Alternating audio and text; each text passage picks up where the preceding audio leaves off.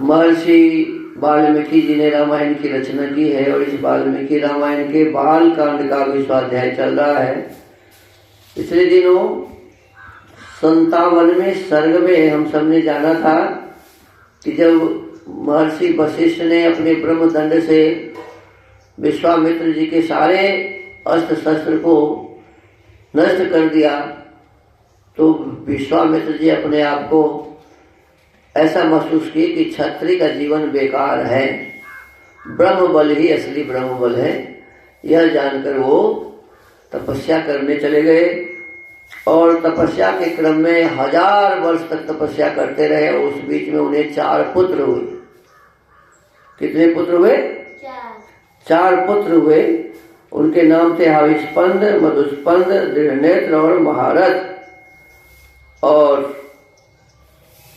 जब वो तपस्या कर रहे थे उसी समय एक और घटना घटती है कि एक बहुत ही धार्मिक महाराज रामचंद्र जी के ही कुल में सबसे पहले इक्ष्वाकु हुए थे, इसीलिए इनको इक्ष्वाकु वंश कहते हैं। तो इक्ष्वाकु वंश में ही एक और राजा हुए जिनका नाम था त्रिशंकु। क्या नाम था? और त्रिशंकु ऐसा यज्ञ करना चाहते थे जिसके माध्यम से इस शरीर के साथ ही वो कहाँ जा सके? स्वर्ग जा सके। अब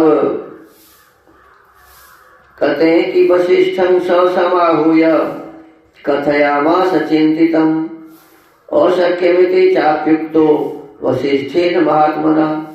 तब उन्होंने वशिष्ठ जी को बुलाकर अपना यह विचार उन्हें कह सुनाया।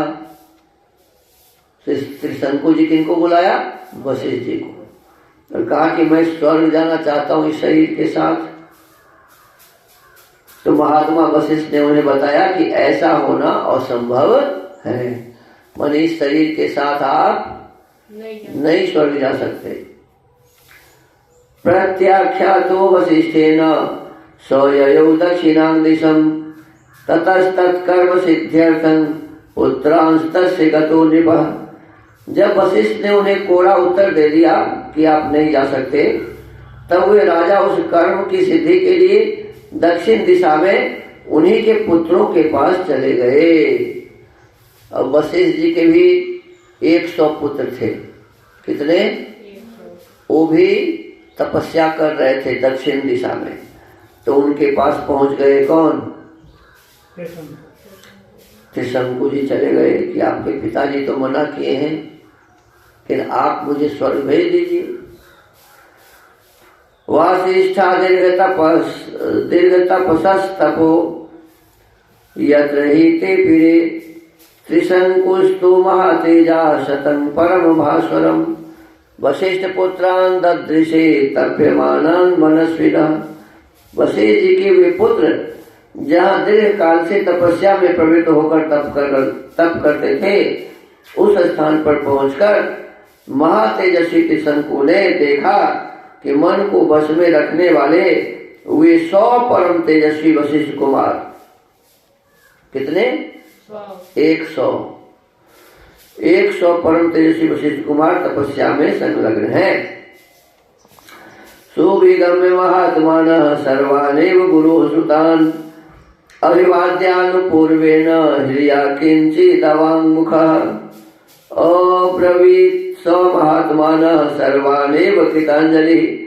उन सभी महात्मा गुरु पुत्रों के पास जाकर उन्होंने क्रमशः माने एक के पास एक बार, फिर दूसरे के पास, फिर तीसरे के पास, ऐसा एक क्रमशः उन्हें प्रणाम किया और लज्जा से अपने मुख को कुछ नीचा किए हाथ जोड़कर उन सब महात्माओं से कहा, शरणं प्रपन्नोऽहं शरण्यां शरणं गतः प्रत्याख्यातो हि भद्रंगो वसिष्ठेन महात्मना यस्तुकामो महायज्ञं तदनुज्ञातो मर्हथ।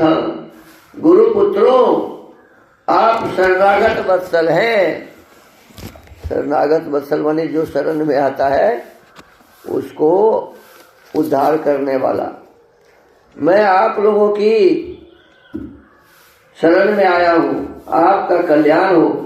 महात्मा वशिष्ठ ने मेरा यज्ञ कराना अस्वीकार कर दिया है, पहले ही कह दिया कि आपके पिताजी जो हैं वो हमारा यज्ञ कराना अस्वीकार कर दिया है। मैं एक महान यज्ञ करना चाहता हूँ, आप लोग उसके लिए आज्ञा दें। तो बापे नहीं दिया तो बेटा देगा क्या है?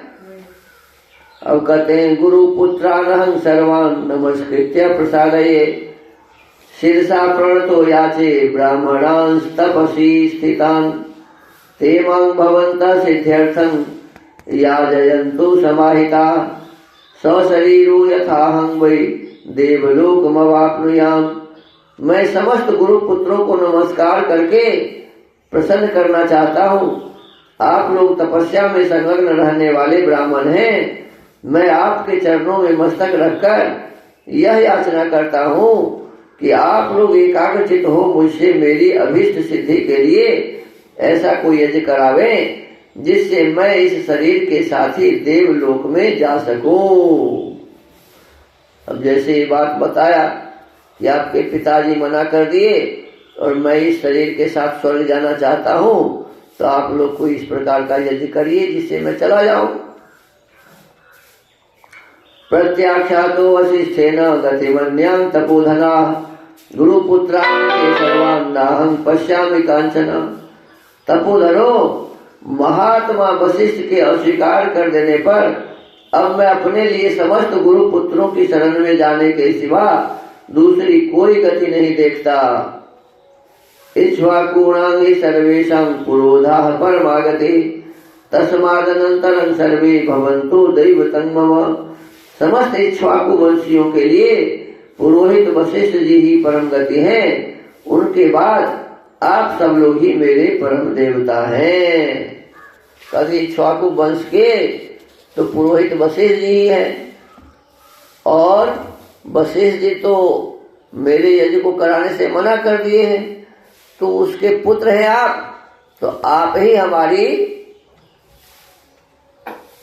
हमारी देवता हैं। तो आप हमें स्वर्ग भेजने की कोई व्यवस्था कर दीजिए। अब आज का ये 57वां सर्ग यहीं समाप्त होता है। अब अष्टपंचाशः सर्ग माने 58वें सर्ग का स्वाध्याय आगे करेंगे।